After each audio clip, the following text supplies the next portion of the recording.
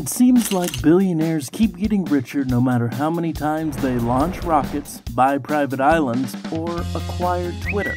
So it can be comforting to see all of the times they have screwed up so completely that there's nothing left but dust in that bank account. Today, Elon Musk is known as the richest man in the world with a net worth of somewhere around over $200 billion. It's hard to get the exact total because he just dropped a hefty $44 billion on Twitter. Though if you can afford to drop that kind of cash on a social media platform and still hold on to over $200 bill, it's safe to say you're still the richest man in the world. Of course, things weren't always so bright for Musk. In fact, about 14 years ago, it looked like Musk's fortune was lost forever. Elon loves to talk about how 2008 was without a doubt the worst year of his life. Pretty much everything that's going well for Musk today was going terribly back then. He had a very public, messy, and expensive divorce from his first wife. Tesla was doing so poorly that he reportedly tried to get a meeting with Apple's Tim Cook to see if they were interested in acquiring it. But Cook wouldn't even take the meeting. While Tesla is cranking out cars now, Musk has said multiple times that he was way too ambitious and optimistic about how the electric car technology would progress. Anyone who has followed the EV industry knows that delays and disappointments are constant. Then there was SpaceX, which he spent $100 million on. While now it is making headlines for all the right reasons, back then it was seen as something of a fever dream. Their rocket Falcon 1 kept exploding before hitting space. It seemed like the company would never lift off. Things were so low for Musk that he was circling the drain. He literally had nothing. The richest man in the world had to borrow money from friends just to cover living expenses. So it's actually kind of inspiring to see how he was able to bounce back as hard as anyone has ever bounced back in human history. Of course, the 50-year-old businessman's story isn't quite over yet. Even though he's making big deals left and right, Musk has reportedly lost billions in 2022. Some even say that Musk's hasty acquisition of Twitter may be spelling out that he might be starting to spin out for good. Even if he does, he's bounced back before. Next time, he'll probably bounce all the way to Mars. It is frankly stunning that Billy McFarland has not had a Netflix miniseries where a famous actor showed his rise and fall that's already been covered by several famous documentaries. McFarland's rise began in 2013 with his first venture, Magnesis. This was a black card company where wealthy millennials could join a special club for other young elites to create a vast network for business, partying, or whatever else they wanted. It received $1.5 million in investor funding and earned Billy attention for being the next big thing. This was also the beginning of McFarland showing off a billionaire lifestyle on social media that was definitely overblown. He took this image and launched Fyre Media Inc. This was a company that would continue what Magnesis started by showing just how cool affluent millennials in the business world could be. Their first big venture was called the Fyre Festival. Together with rapper Ja Rule, Billy took a group of influencers to a private island where they filmed themselves hanging out and partying over a gorgeous island weekend. The influencers and Fyre Media posted this all over the internet with the hashtag Fyre Festival. Before this festival had even been organized, it was already touted as the next big thing, even bigger than Coachella. That legendary music festival did not end up happening. Instead, once the attendees arrived, they discovered no music acts, no luxury accommodations, and no plan. There were only a group of soaked disaster tents and a ton of alcohol. This ended up trending even more than the initial marketing campaign. Comedians and late-night hosts made fun of the rich kids who were stranded on an island with no Blink 182 to listen to. But what about the ringmaster behind the worst show on earth? It turns out that pretty much everything about McFarland was a lie. The only thing he truly was successful at was conning people to the tune of $27.4 million. He ended up sentenced to 6 years in prison and currently has a net worth of negative $5 million. The only thing left to add to McFarland's legacy is which actor will drop an Emmy-worthy performance in the inevitable Fyre TV series. Anyone who has seen Upload knows that Robbie Amell could do it without breaking a sweat. He'd just have to stop hitting the gym so much. For decades, millennial businesses have been promising that they would not be doing things like their parents did. These would be new kinds of businesses that fostered community, positive work habits, and would literally save the world.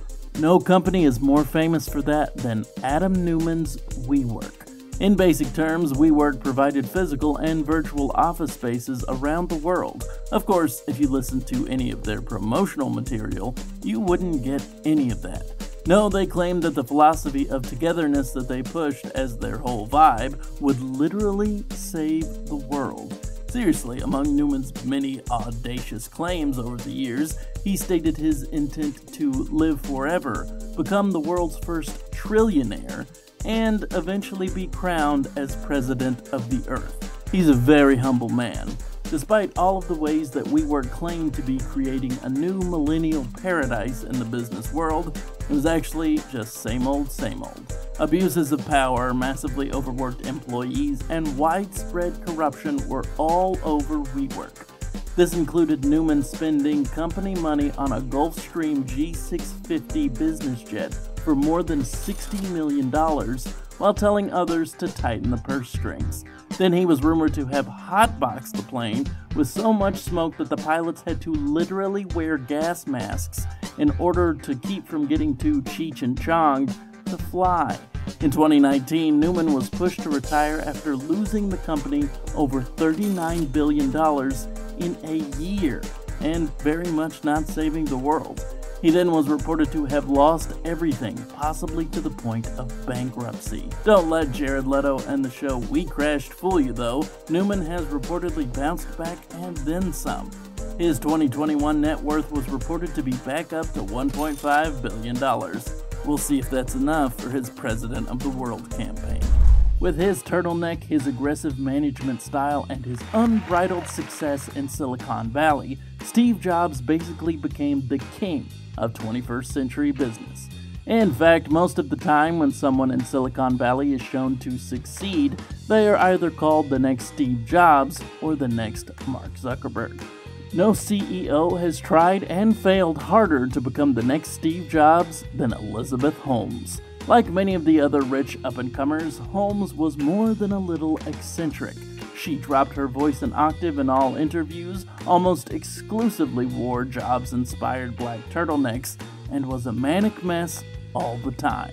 Her company, Theranos, wanted to be for the medical industry what Apple was for the computer industry. The biotech device was supposed to be able to make complex medical diagnoses from very small blood samples. The problem was that while Steve Jobs frequently would make big promises about tech that didn't exist until he practically willed it into being, that didn't work at all for Holmes and Theranos.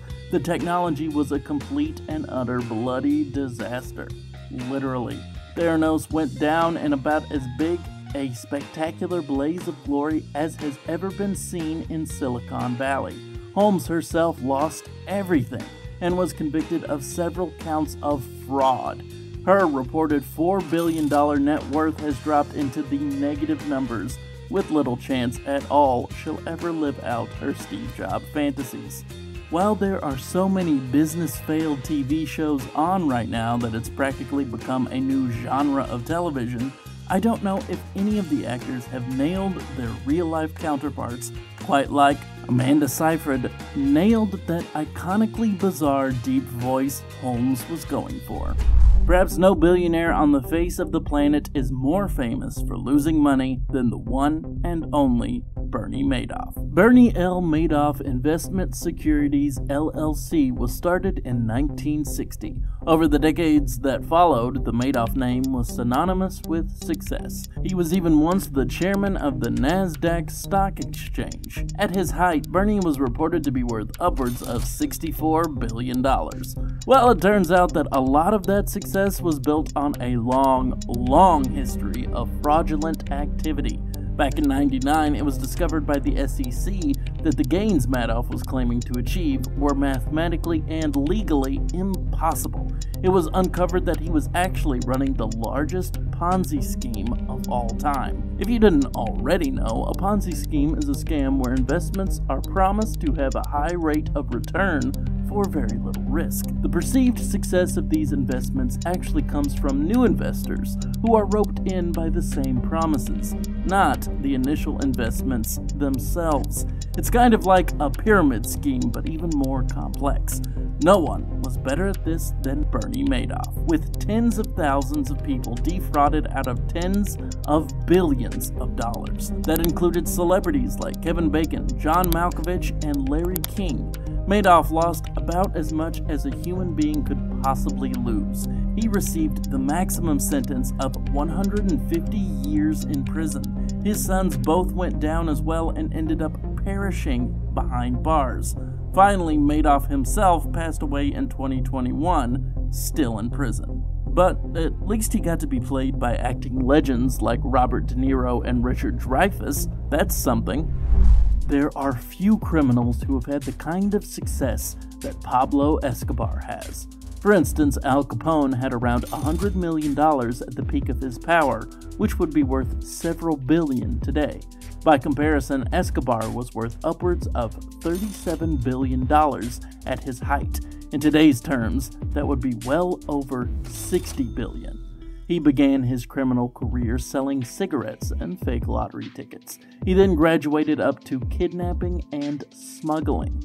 All of that led him to starting up one of the most infamous cartels of all time. It was a business that was comparable to some of the biggest in the United States. It was able to monopolize the trade of white powdery narcotics in the 1980s and early 90s. The cartel held onto its power by becoming a narco-terrorist organization that attacked people in power and invested in widespread corruption internationally. The cycle of violence continued for decades as rival cartels tried to get in on Escobar's business. This led to things getting increasingly out of hand, even if the money kept on rolling in. American law enforcement took a huge interest in Escobar, and big money was spent to bring him down. Millions were invested into bringing the cartel to an end, even if more millions were spent lining the cartel's pockets. Eventually, he surrendered himself to the authorities under a special agreement. He would do several years in prison, but a prison of his own making. Called the Cathedral, it was basically a luxury fort with a football pitch, a jacuzzi, a bar, and even its own waterfall. That all seemed like too nice of an end for one of the most vicious criminals in human history. After he learned that he was going to get transferred to a less comfortable, normal prison, Escobar escaped his luxury palace and went on the run. This led to a massive manhunt that followed Escobar for the rest of his life. The entire thing ended up destroying the cartel and everything he had spent his life working for. In the end, he fell to the manhunt right after his 44th birthday. Despite this grisly end, his legacy is still widely felt, with the United States still spending millions and millions on narcotics from Colombia every single year. If you overlook the fact that he was a criminal and a viciously evil human being, he was a businessman who was able to build an industry that will probably outlive us all, even if it did utterly destroy him. Most importantly, his legacy has left a distinct impression on popular culture. His life inspired the likes of Scarface, Breaking Bad, and much, much more. Though you can watch the most direct influence in the show that chronicles his life, Narcos, though it takes a lot of liberties with the truth. As stated before, Al Capone was worth what would be several billion today. Capone's criminal career began when he joined the infamous Five Points gang in the late 1800s. During Prohibition, he made the move to Chicago, where he began what's known as the Chicago Outfit. His bootlegging operation brought him serious money and serious fame. While many criminals shy away from the spotlight for obvious reasons, Capone loved it. Surprisingly enough, people loved him as well. Prohibition wasn't exactly popular among many Americans, and his sizable donations to charity made him seem like some kind of gangster Robin Hood. Then came the St. Valentine's Day Massacre, where several gangsters were gunned down in broad daylight. That's when he became public enemy number one. Funnily enough, despite the fact that he was a celebrity criminal who had people attacked in broad daylight, he proved to be incredibly difficult to nab. They eventually managed to grab him on tax evasion, not bootlegging. He was convicted of 5 counts and was sentenced to prison.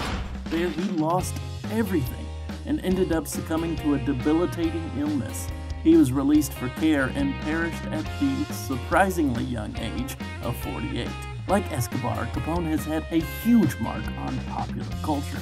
He inspired the original Scarface movie, along with his story being told in The Untouchables and Boardwalk Empire, though it is frankly shocking that he doesn't have his own Netflix series yet. Seems right up their alley, doesn't it?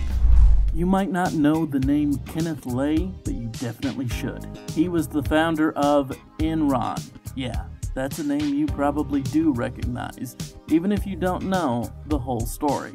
You see, Enron was an American energy commodities and services company based in Houston, Texas.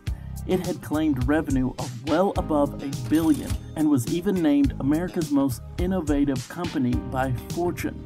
During this time, Lay was one of the highest paid CEOs in America. In August of 2000, the company was trading at its highest value to date. Executives at the company told investors that the stock would only continue to rise. They even said that the estimates would reach heights of $130 to $140 a share. A true American success story, right? Well, while they were buying up this stock, the executives were unloading as much as possible. Lay in particular calmed investors down as the stock continued to plummet lower and lower. Lay himself sold tens of millions. Once the smoke cleared and people realized what was happening, the stock dropped to under $1 a share. The bankruptcy of Enron was the biggest in United States history, shocking the entire nation. Over 20,000 employees lost their jobs. Investors lost billions of dollars due to the shady business dealings, insider trading, and outright lies they were being fed by Lay, among others. Eventually, he was found guilty for several counts of fraud and making false statements. More than that, though, Enron became synonymous with corruption and greed. It signaled the coming of the housing crisis and many other major conspiracies that have followed. At the end of his life, Lay was worth negative $250,000. While this might sound like justice, it is worth noting that several other executives who worked at Enron and unloaded shares are today worth millions. Sure, there are plenty of billionaires like Mark Zuckerberg and his 75 bill, or Bill Gates and his 132 bill, but we all know that their billionaire days may very well be numbered.